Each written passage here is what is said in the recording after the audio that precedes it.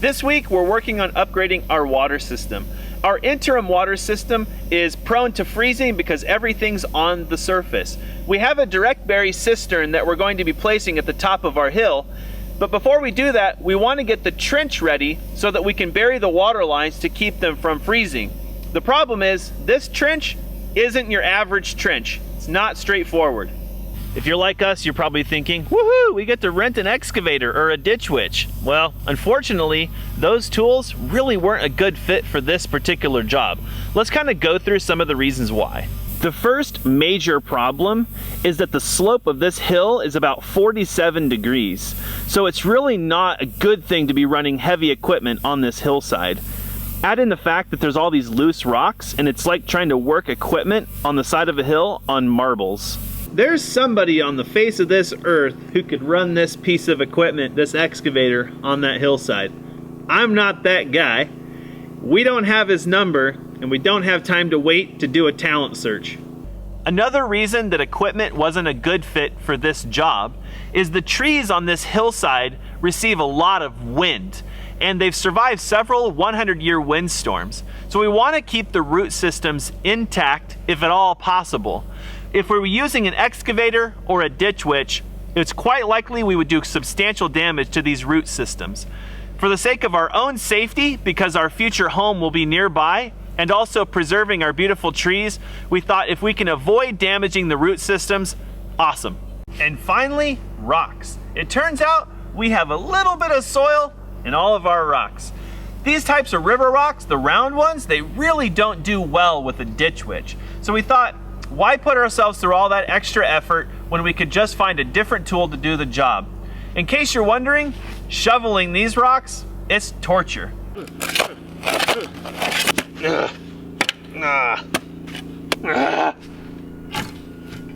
So if you can't dig this trench with an excavator, or a ditch witch, or by hand, what are we gonna do?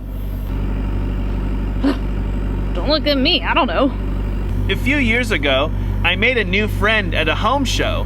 He's an arborist by trade, and he was telling me about this exciting new tool that uses air and it blows the dirt up. And I'm like, that's really cool. What would I use that for? So then I'm telling Alyssa about this tool and, wait a second, I know what to do. Tree guy, arborist guy? Interesting dirt blowing up tool guy. Oh, there he is.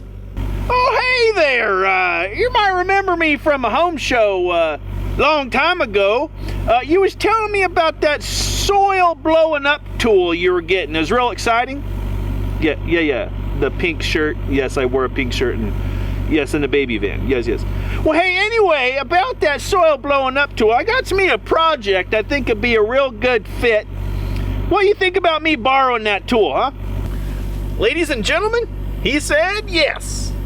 Yay, I think. So we dug this entire trench using air. This tool actually uses compressed air to loosen the soil, and then all you need to do is lift out the heavy rocks. It took us a few days to figure out the technique with this tool. The first day, we only went 14 feet. This trench is 3 feet deep, but by the fourth day, we did over 53 feet in one day. The technique went a little something like this. First, you use the air tool to actually excavate, which means to loosen everything, get it all nice and loose. Next, we would blow all the fine soil off the top, and that would leave all the big rocks exposed. Then, we could simply pick the rocks out by hand. See all these rocks here? Every single one of these rocks we had to lift out of this trench. This tool does really well in loose, loamy, and sandy soil. But mud? Let's not talk about mud. Luckily, we didn't run into this mud until the very end, so maybe 15 to 20 feet of this stuff, which really slowed us down. But this stuff, very easy to work through. So how hard is this tool to run? I had the opportunity to operate it for a little while, and it does get tiring like using any tool, but I do have to say it's a lot easier than trying to dig it by hand. As for cost, this actually was a lot more affordable than we expected. partly because my friend allowed us to borrow his tool, which we actually had a really hard time finding at any kind of a rental facility. This compressor is the same type of compressor you would use with a jackhammer. We pay about $100 per day to rent this piece of equipment, or by renting it by the week, it's about $400. So our total expense with this particular trench, about $400. To put that in perspective, we did get a quote from one contractor locally, and he wanted to dig an entire road and trench and put in the cistern. And he was asking for about $3,000. If we would have paid hired hands to do this job, we probably would have spent a little over $1,000. So that gives you some idea about the economy of this method. Just one more reason this setup is so good for this type of a job is the compressor. It's sitting down here on the flat spot, super comfortable.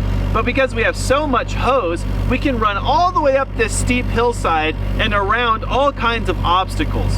Down here, where the slope is a little less severe and there's no tree roots to interfere, we're actually gonna dig all of this with an excavator. So the good news is we are gonna get some equipment to do some help. But for this portion of the trench, this tool was perfect. If you've never heard of this tool, don't feel bad. Not very many people have even heard of it, but it was perfect for this job. Would we recommend it for most trenching jobs? Not at all. In fact, I wouldn't want to dig this trench twice. If you can, use equipment. It's a lot easier.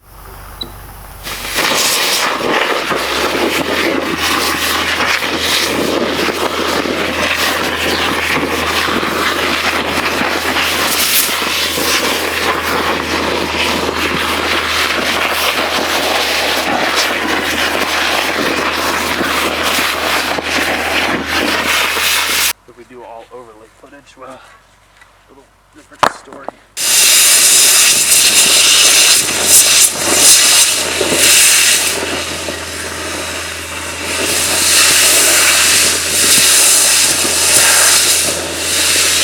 Excavate. Yep. And work the fines out until you basically have nothing but a bed of rock, which I think is what you were doing yesterday.